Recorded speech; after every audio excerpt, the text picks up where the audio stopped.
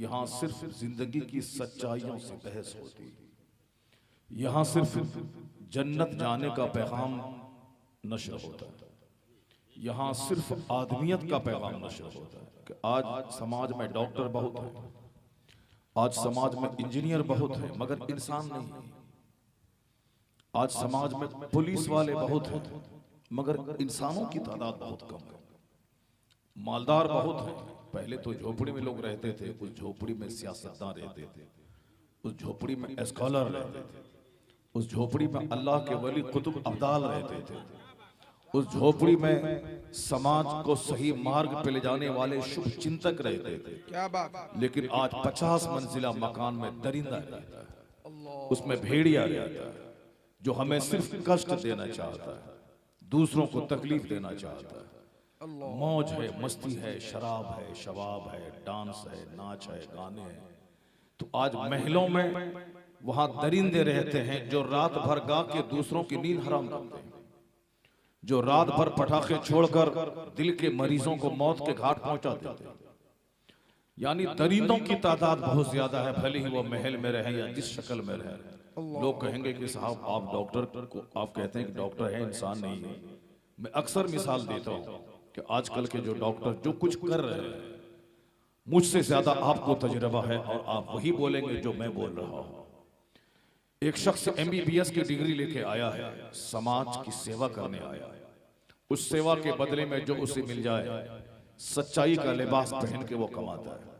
लेकिन आपको मालूम है कि आज के डॉक्टर MBBS फारसियस की डिग्री लाने के बावजूद किस तरह की दवाइयां वो लिखता है, नॉर्मल डिलीवरी को किस तरह वो सिजरिंग में चेंज कर देता है, किस तरह वो दवाई दे के उसके नेचुरल पेन को खत्म कर देता है।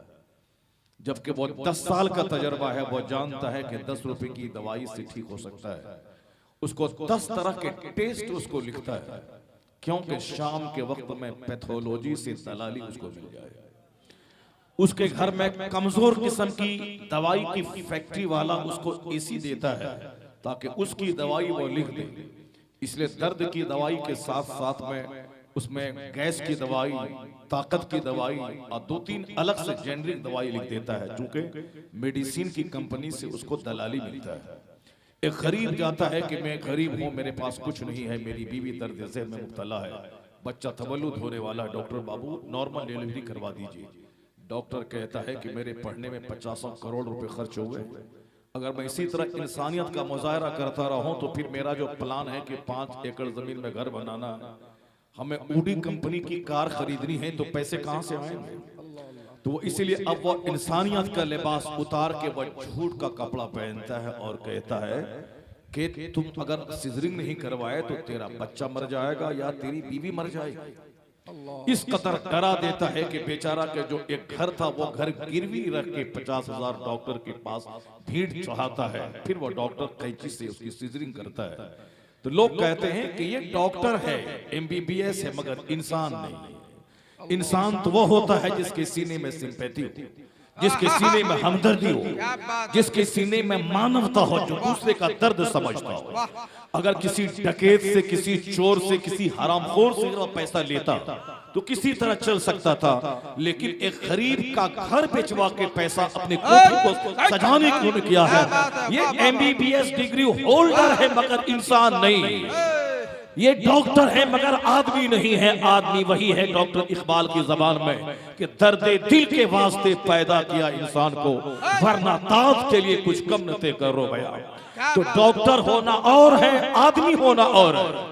तो दूसरी मेडिकल कॉलेजेस में डॉक्टर की डिग्री होती जाती है, मगर मदरसे में और इस तरह के जलसों में पैसा कमाने के तरीके नहीं, बल्कि ये इंसान बनाने की फैक्ट्री है जहां से इंसान पैदा किया जाता है। मानवता के पाठ सिखाए जाते हैं। जब तक मदरसा आबाद था, जिस मदरसे में पढ़ने वालों की कुट्ठी में पिलाया जाता है कि झूठ बोलना हराम, सूद खाना हराम, शराब पीना हराम, दूसरों को ठगना हराम, पड़ोसी को तकलीफ देना हराम, गीबत चुगलखोरी करना हराम। मदरसे में पहला दिन जाए या लास्ट दिन, अली पास से लेके बुखारी शरीफ तक पढ़ने वाले बच्चों की गुड्डी में यही पिलाया जाता है, what is right, what is wrong, what is illegal, what is legal, what is forbidden, what is permitted. यानी क्या बेनिफिशियल है, क्या हार्मफुल है, क्या लाभदायक है, क्या हानिकारक है, क्या राइट है, क्या रॉन्ग है, क्या लीगल है, क्या इलीगल है, क्या हलाल है, क्या हराम है,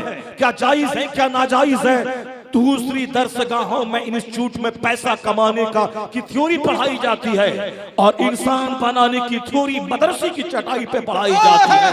जब तक ये मदरसा मजबूत था, ये फैक्ट्री आबाद थी, समाज वलियों से भरा हुआ था, समाज सूफियों से भरा था, समाज नमाजियों से भरा था, समाज ईमानदारों से भरा था। लेकिन जब से ये मदरसा कमजोर हुआ, गवर्नमेंट ने भी कहा कि मदरसा आतंकवादी का अड्डा है और हमारे मालदार लोगों के पास पैसे होने लगे।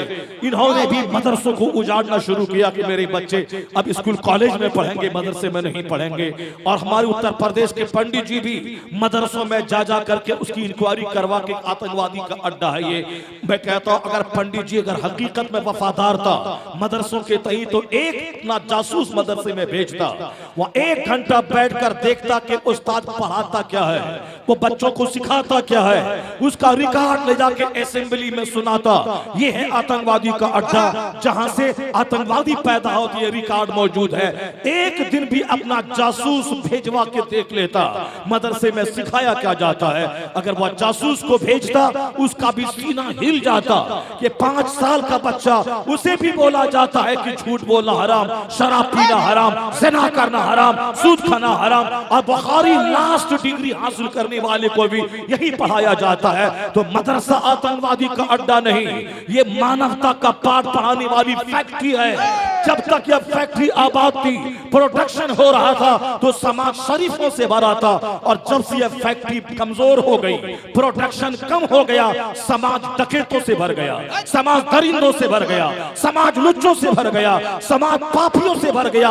अगर समाज चाहता है कि नेक लोग ज्यादा समाज में है, उसे इस फैक्ट्री को आबाद करना होगा।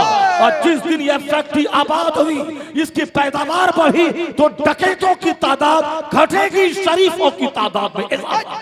नारे तकबीर, नारे रिसालत, नारे रिसालत। रज़ाए मुस्तफा कॉन्फ्रेंस, रज़ाए मुस्तफा कॉन्फ्रेंस, शेरे रज़ा, शेरे रज़ा, नारे तकबीर। मैंने उत्तर